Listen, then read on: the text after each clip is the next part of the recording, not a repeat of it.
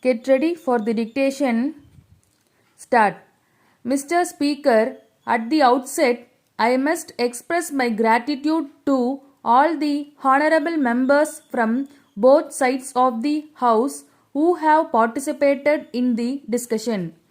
Honorable members will, I am sure, be able to appreciate the fact that a large number of suggestions that they have made either concern the state governments or the administrative ministries.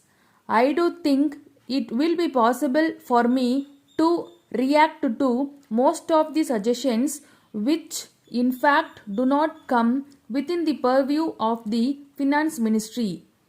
If there are many suggestions which I in fact deserves to be replied at a later date.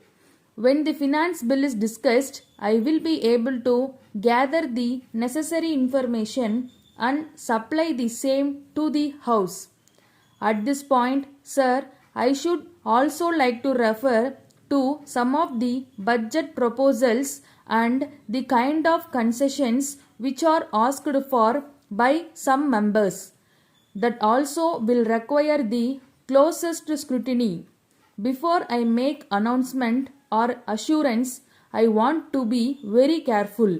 I do not want to make any announcement now and later come before you and say that it is not possible to implement it.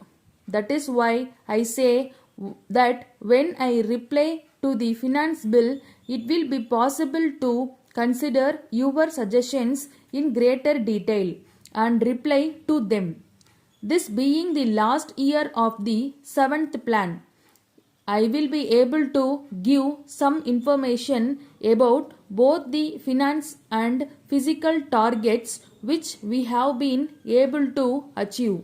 Some of the members who have raised this issue are not here just now.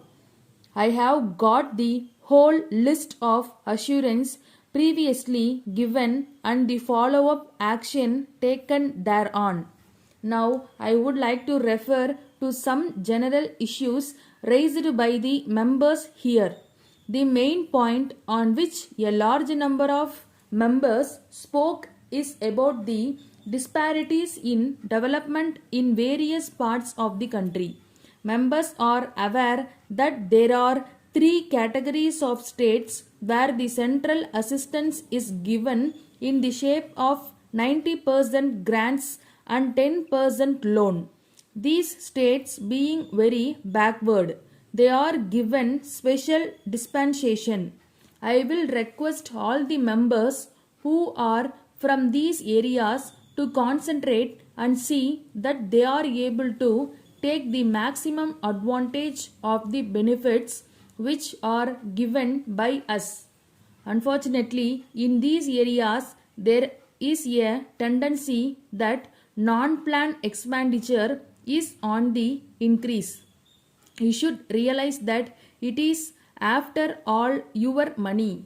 My only anxiety is that you should be able to spend the money allotted to your area in the best manner possible for the common good of the people of that area. The second category of states is those who the per capita income happens to be below the national average. Those are all the areas where the modified Gadgil formula is made applicable.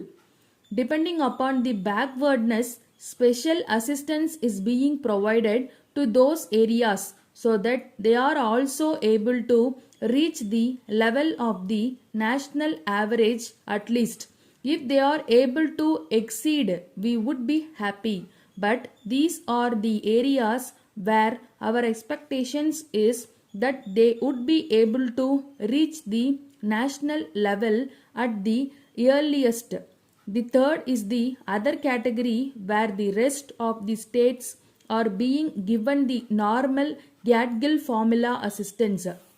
So these are the three categories. Now the point arises what we should do in certain states where within the state itself they have peculiar feelings. Say for instance in the Uttar Pradesh state some people feel that certain pockets of the state are very backward and they should be eligible for special treatment. In Maharashtra, a similar plea is made. Expectations go on in this fashion in some other states also. I do not think that the central government can possibly take the responsibility of giving any additional assistance for removal of disparities within a particular state itself. It is the responsibility of the state government concerned. They should look into the matter and consciously take the decision that from the total amount which has been made available, they will allot so much and earmark the same for the development of the comparatively backward areas of the state. They should not ask for any additional amount from the central government for this purpose. So far as this year's budget is concerned, I have made it unamicably clear as to what the philosophy behind the whole approach of this budget is. The philosophy has been that of growth, modernization, self reliance, self justice, and generation of employment. These are 5 issues that we have kept in our mind. We saw to it and they resulted in growth not at all cost of modernization. In certain areas we have to compete with the international community also. We are aware that people are friendly to us. At the same time, we should not expect them to show us any mercy. I resume my seat. Thank you.